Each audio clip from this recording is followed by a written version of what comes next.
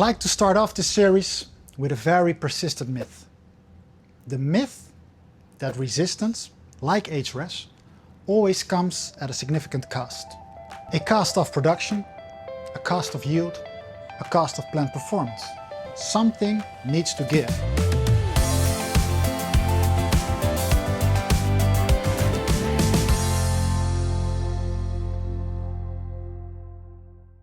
So what do we talk about when we talk about resistance? Well, res, it's a quite unique resistance gene. It's called a nibbler. And these resistance genes, they work as sort of recognition mechanisms. The way I like to illustrate this often is, imagine Napoleon was trying to invade Russia. This was one of his foolish mistakes where he went into the winter of Russia and invaded them. And he didn't win the war, but it was not because the army of Russia was huge.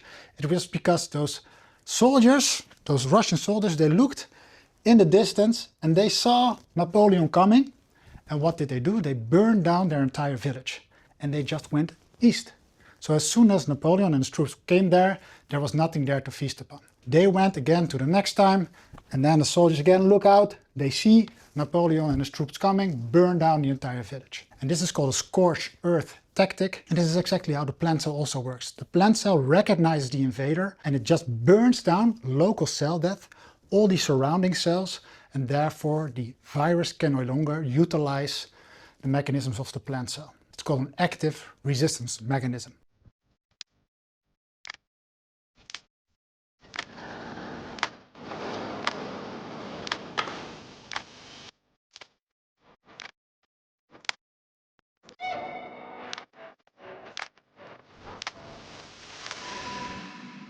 Welcome in my natural habitat. As a phytopathologist, we often work in these greenhouses.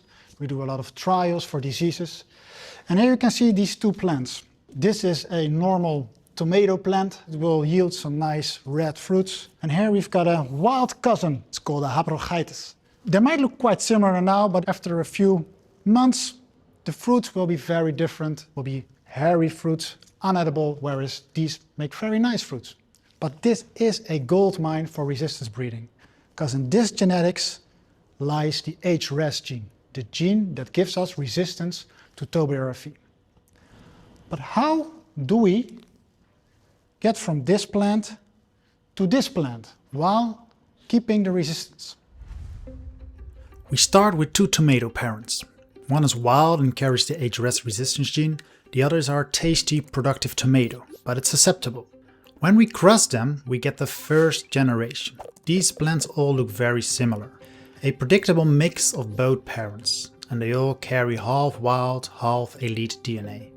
When these plants make their own offspring, the grandchildren if you will, that's when the diversity appears. Some look wild, some look tasty, and only part of them carry res. This is our selection pool. From this group we choose plants that do carry res and look as close to the tasty parent as possible. Then we cross those selected plants back to our tasty parent. Their offspring look even more like elite tomato, but still keep the res gene. We repeat this for several generations, removing more and more wild DNA until only a tiny piece remains, the piece with res. In the end we get an elite tomato line that tastes and performs like the original, but now has the res resistance built in.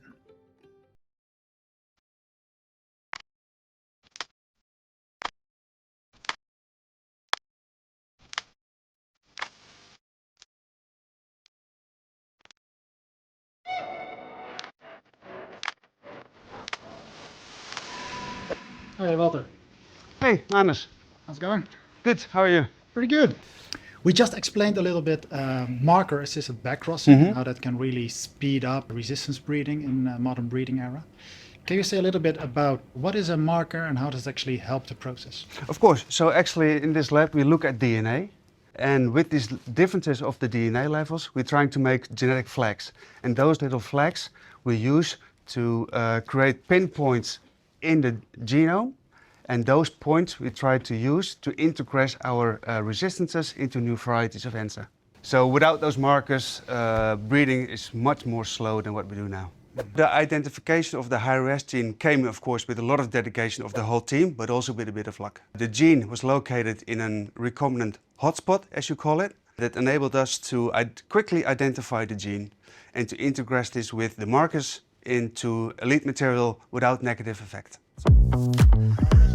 Biological genetics, understanding genetics. So what do we take from this? Resistance breeding is a numbers game. It all starts with large populations where all the genetic diversity of your interesting parents are captured. But then how to select the interesting plants from that progeny, that's really where markers come in. And as Walter explained, having these recombination hotspots where a lot of markers can be situated, that really allows us to quickly select the resistance genetics of interest while getting rid of all the junk material that we do not want.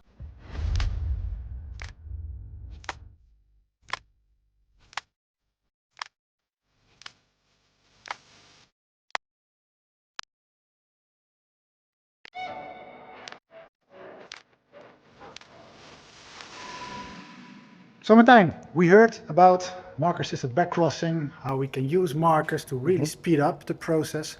Can you say something about what that brought us in our tomato breeding programs and what you see the future to be for HRS? Yeah, for sure. Thanks to this MLBC process, we could integrate our resistance, our HRS resistance, into an existing varieties. So that enables us to go warp speed. We really went fast because ourselves as breeders, but also our marketing sales colleagues, our customers, they already knew the variety.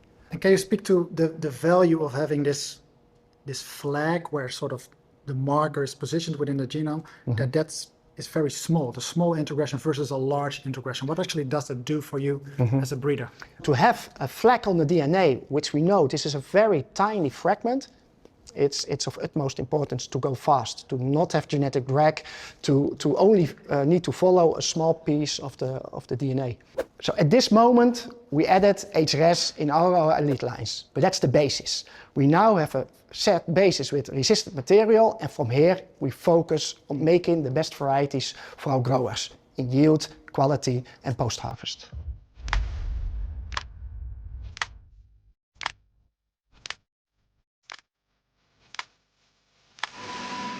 So, what's true about this myth? The myth that resistance always comes at a significant cost for yield and production. Well, we saw how the resistance mechanism works. It's the scorched earth tactic that the plant plays with the virus. Local cell death only when the virus is present. And otherwise it just sits there quietly in the background, this HRS gene. And we also saw, through conversations with our colleagues Walter and Martijn, that if you have a smart breeding strategy and you use a very tiny introgression of the resistance, there's no linkage drag, there's no junk DNA from your original parent that has the resistance. And therefore, we can conclude, in the case of HRS, resistance does not need to come with a cost.